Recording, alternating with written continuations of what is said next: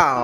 ละครับมื้อนี้พ่อใหญ่เชฟเล่าไปตัดบังไม้ไผ่มาแล้วจากนั้นก็ขูดเอาเหยื่อสีเขียวๆมันออกอันดับแรกใส่มีดบากออกเป็น2เปียงใหญ่ๆแล้วจากนั้นก็ใส่มีดหั่นให้เป็นชิ้นน้อยๆลงกว่าเก่าเอามีดบางมาขูดตอกให้มันมีความบางที่สุดเท่าที่สิบางได้หลังจากที่ขูดเรียบร้อยแล้วเปียงไม้ไผ่ของพ่อใหญ่เชฟเล่าก็บางยิ่งกว่ากระดาษอีกเอาลงไปต้มในกระทะจนมันเหลืองแล้วจากนั้นก็เอามาตากพึ่งแดดพึ่งลมไว้แบบนี้ประมาณ1 มื้อเอาสีดำกับสีขาวมาละลายผสมกันกับน้ำใส่ตะเกียบข้นจนว่ามันเข้ากันจากนั้นเอาตอกเส้นบางๆที่ผ่านการตากเรียบร้อยแล้วใส่อุปกรณ์ที่เป็นเหล็กแขวน้อยๆทำการขูดให้มันเป็นสิ้นน้อยๆซ้ำๆกันกับฝอยได้เอาลงไปผสมกันกับสีดำกับสีขาวในเวลาต่อมานำมาตากไว้แบบนี้จนกว่ามันสิแห้งจากนั้นเอากระดาษแผ่นหนึ่งที่มีศิลปะการวาดรูปมาตัวหนึ่งขึ้นมาแล้วจากนั้นลุงเชฟเล่าก็เริ่มศิลปะในการทักข้อ